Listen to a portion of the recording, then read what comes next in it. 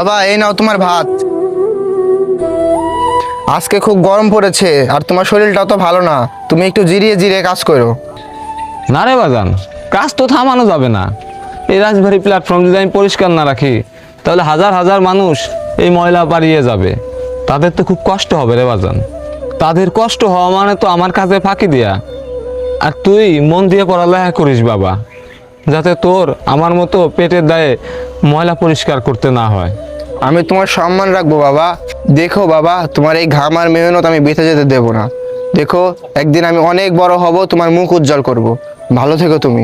আচ্ছা ঠিক আছে বাবা, তুই বাসায় যা, ভালো করে পড়ালেখা করে গে। আচ্ছা।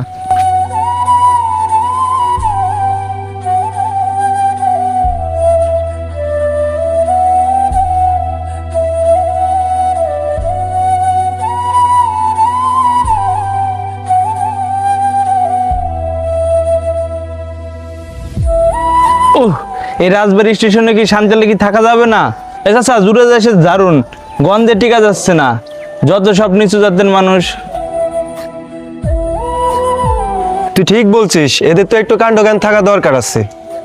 আমাদের দামি পোশাকের কাছে কেউ ঘেঁষতে হয় নাকি? গায়ে একবার লাগলে তো 7 বার সাবান দিয়ে ধুতে হবে। বাবারে, এই জায়গা তো যাত্রী ফেলে যাওয়া উচ্ছিষ্ট নোংরা হয়ে আছে। এখনই যদি পরিষ্কার না করি গন্ধ তো আরো ছড়াবে। আচ্ছা ঠিক আছে বাবা, আমি এক পাশে সরতেছি, আপনারা এখানে বসেন। তোরা কি নিজেদের মানুষ মনে করিস? আরে তোদের কি লজ্জা করে না?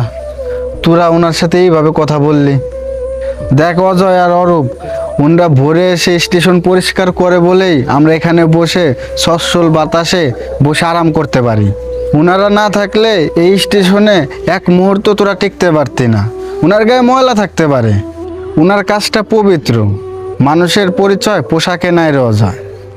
উনিরাই এই সমাজের আসল কারিগর।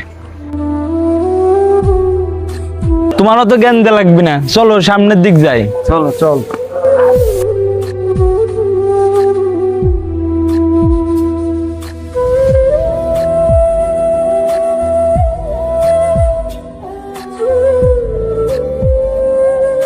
কিরে, এই যে মানিব্যাগ তো ওই সাহেবদের, ওই সাহেবরাই তো এখানে বসেছিল। কোনো জায়গা তো দেখতেছি না ওনাদের। দেখি ওনাদেরকে খুঁজে মানিব্যাগটা দিয়ে দেওয়া লাগবে।